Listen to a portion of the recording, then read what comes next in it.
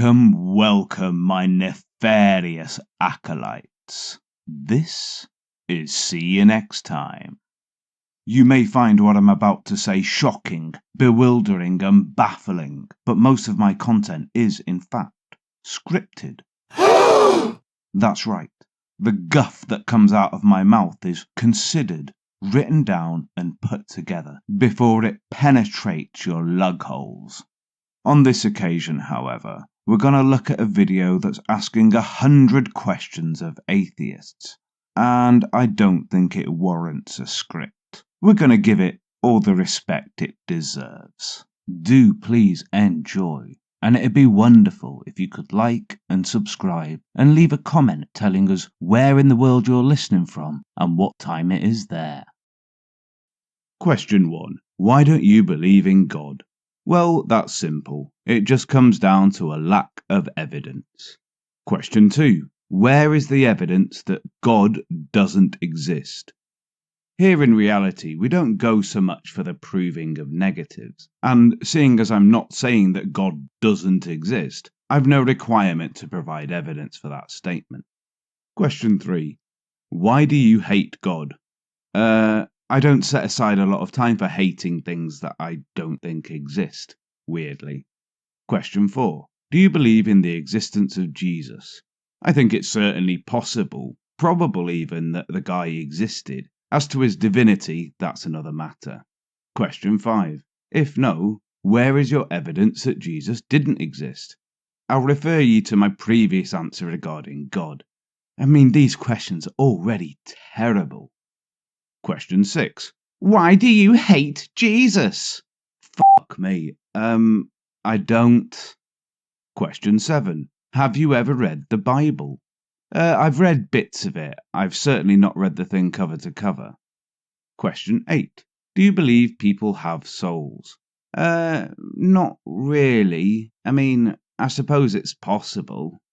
And it depends what you mean by a soul. I believe that people are often arseholes, if that counts.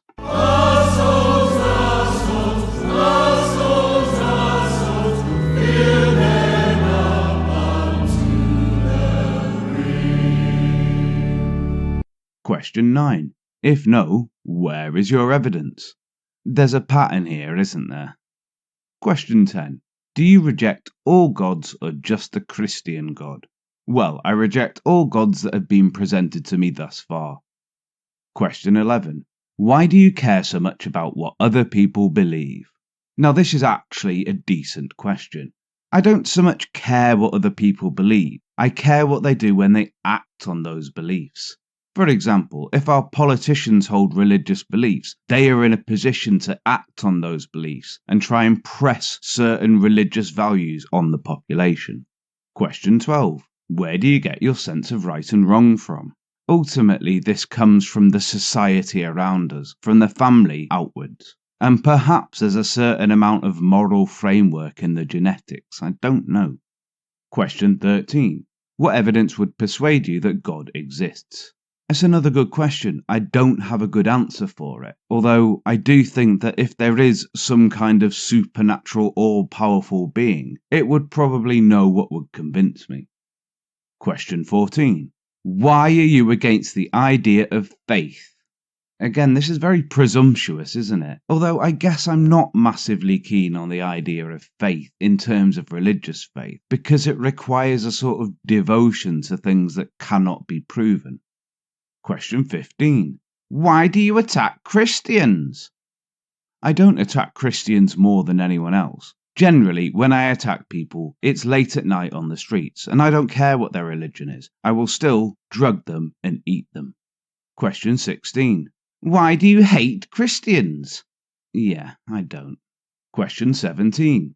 Why do you mock and scoff at Christians? I don't generally mock and scoff at Christians as a whole, but I do mock videos like this and people with the idea to put this video together, and I think the reason for that should be self-evident. Question 18. Are you aware that you're fulfilling biblical prophecy? 2 Peter chapter 3 verses 3 to 4. Know this, first of all, that in the last days mockers will come with their mocking, following after their own lusts and saying, where is the promise of his coming? For ever since the fathers fell asleep, all continues just as it was from the beginning of creation. So the prophecy is that people won't believe that Jesus is coming when he's rather late to the party. Question 19. Why do you want to stop people from believing in God? Again, I don't so much want to stop people from believing in God, although I would like to stop people acting on those beliefs and forcing them onto the population. Question 20. Why do you give Muslims a pass? Who says I do?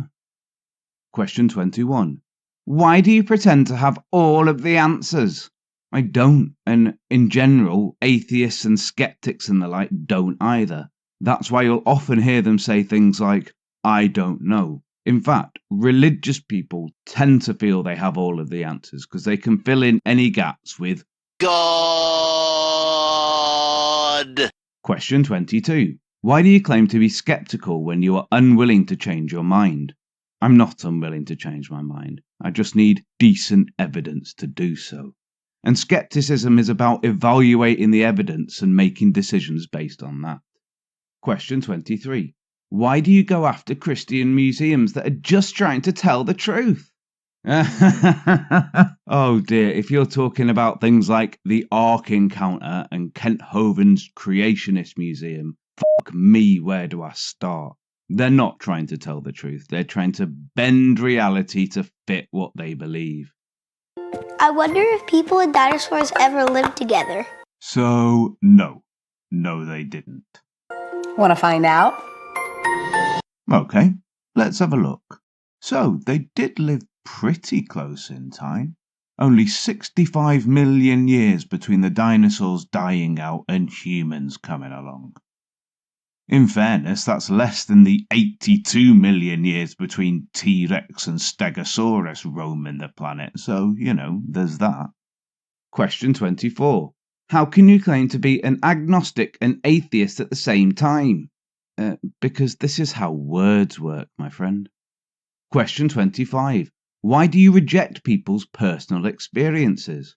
I don't, generally, but if you're referring to people's personal experience of God, how can I accept someone else's personal experience?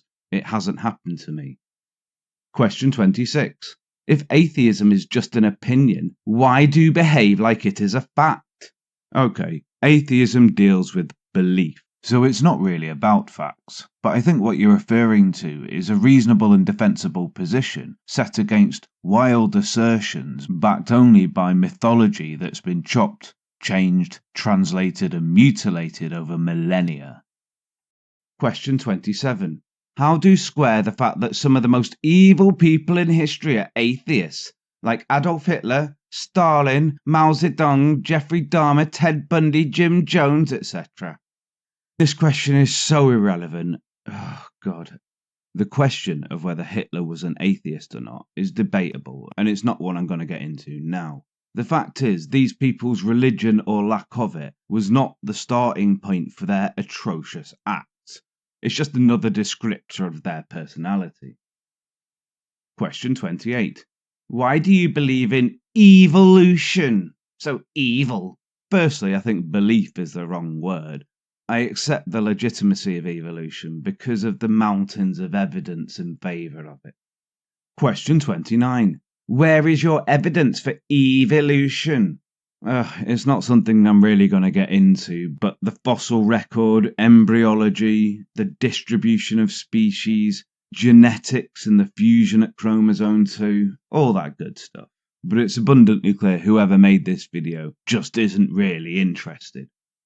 Have you ever observed evolution? I mean, in a sense, yes. Over the course of my lifetime, we've seen the development of antibiotic resistance in various bacteria. Hence now why we've got super gonorrhea, MRSA and the like. Question 31. Do you believe in abiogenesis, panspermia or creation? Well, abiogenesis and panspermia are effectively the same thing. Life starting from non-life. Panspermia just pushes that problem back a step. Question 32. If you believe in abiogenesis or panspermia, where is your evidence? This isn't an area I have a great deal of expertise in, but I do know that quite complex systems can come together in prebiotic environments when they're simulated in the lab. We can form amino acids, nucleotides, that sort of thing, which in principle can come together and form life. Question 33. What was the first life form? I have no idea. It was probably something that looked a little bit like RNA. Question 34. Where did the first life form come from? Well, it probably formed in the water and probably near some hydrothermal vents. Question 35. Could the first life form reproduce on its own? I suspect in order to be called life, it would have to reproduce. Question 36. Did the first life form have DNA? Almost certainly not. Question 37. Did the first life form seek out food or did it use photosynthesis? Oh, you found a big word to use. Again, limited understanding, but I'm pretty sure it can't have used photosynthesis because that system is incredibly complex. Question 38. Are viruses alive? It is like a stopped clock, isn't it? There are some questions that are pretty good. Even a stopped clock gives the right time twice a day. Even a stopped clock gives the right time twice a day. Now, whether viruses are alive is debatable, and I'm not someone who has any answers on that, but I do know that they're sort of on the cusp of being alive. They require a host, but when they have one, they do seem to be alive. Question 39. Why do you believe in the Big Bang Theory? I wouldn't say I believe in it. I did quite enjoy the show, though. It's a little bit nerdy and a little bit cheesy, but I liked it. Question 40. Where is your evidence for the Big Bang? Oh, that Big Bang Theory. Okay, well, out of wheelhouse again, but we've got the expanding universe, evinced by the redshifting of galaxies. We've got Big Bang nucleosynthesis, which predicts the amount of light elements there should be in the universe, and those calculated predictions match up well with reality.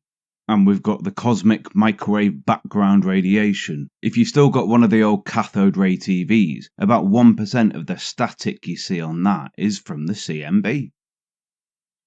Question 41. Did you observe the Big Bang? Well, if you stopped by my place last night, you would have seen the Big Bang. Well, that's a lie. Question 42. 42? Is that all you've got to show? Why do you believe the Earth is millions of years old? I'll say billions, and that's largely to do with, the age of the Earth being billions of years old. Question 43. Where is your evidence for the Earth being millions of years old?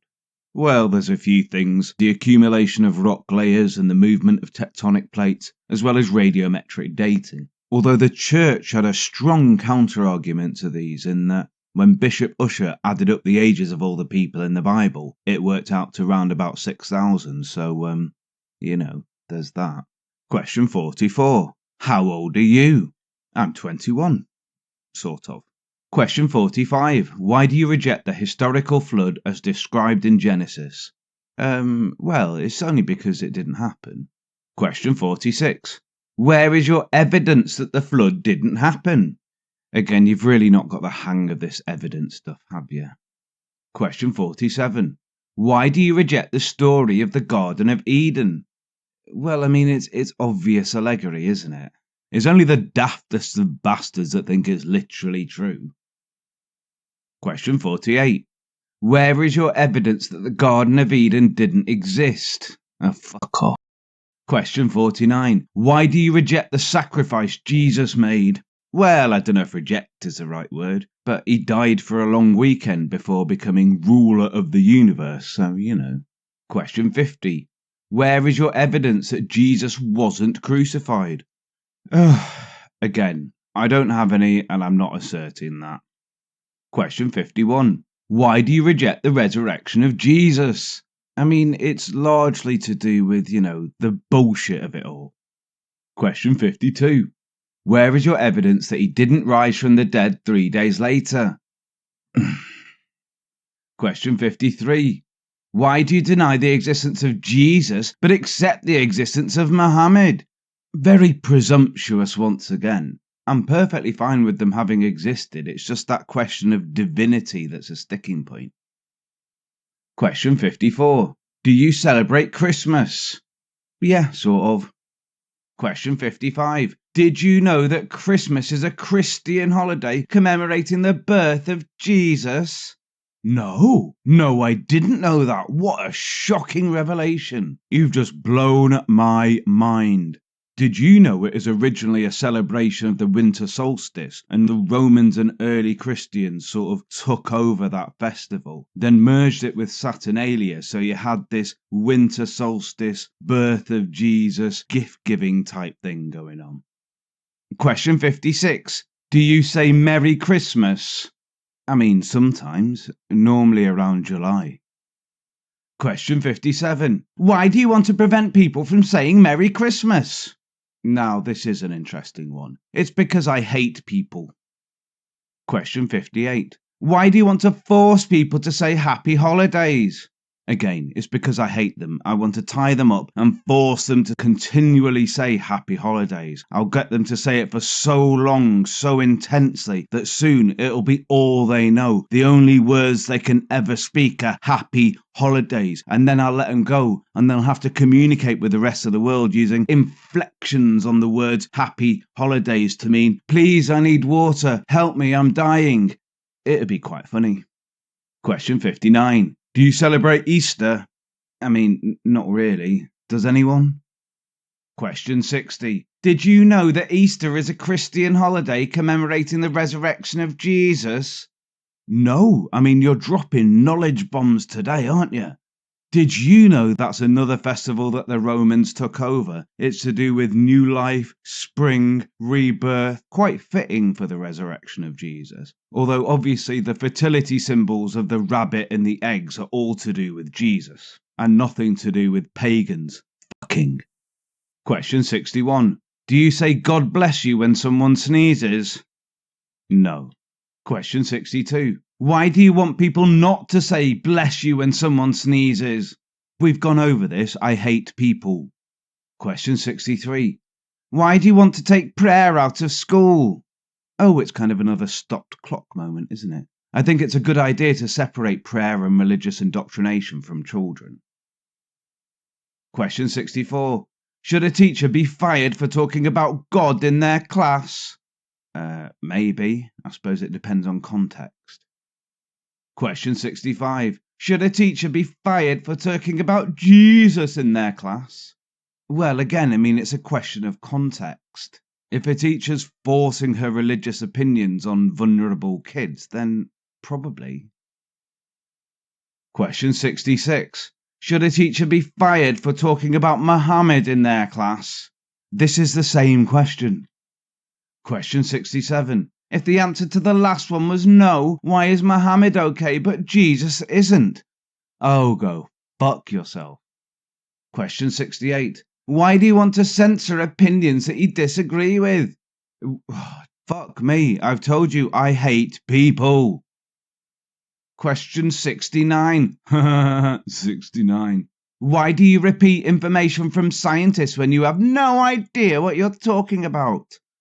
I think this is a little bit of projection, isn't it?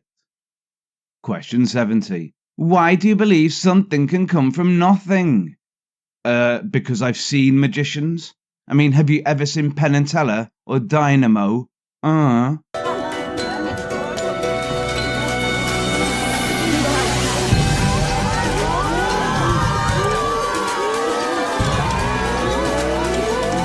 Question 71. How do you rationalize the belief that something can come from nothing? I've seen it on the TV. Question 72. Where is your evidence that something can come from nothing? Dynamo, Penn and Teller. What more do you want? Question 73. Have you ever observed something coming from nothing? Dynamo, Penn and Teller. Question 74. Can you believe something without evidence? Possibly. It again depends very much on circumstance. Question 75. Do you believe in extraterrestrials? Well, given the vastness of the universe and the amount of time there's been, I think it unlikely that there's nothing else out there. Whether we'll ever come across it or not is a different matter. Question 76. Do you believe in ghosts? Shush now. Question 77. Do you believe in demigods? What? Question 78. Do you believe in dinosaurs? Okay, one of these things is not like the other. Question 79. Do you believe the Earth is round or flat? Fuck me, that took a turn. Well, obviously it's flat. Everybody knows that. Look at the floor, it's flat, you dumbass. Question 80. Do you believe in miracles? Where you from? You sexy thing, you. Question 81. Do you believe in anything supernatural? Not really, no. But it'd be cool to see something.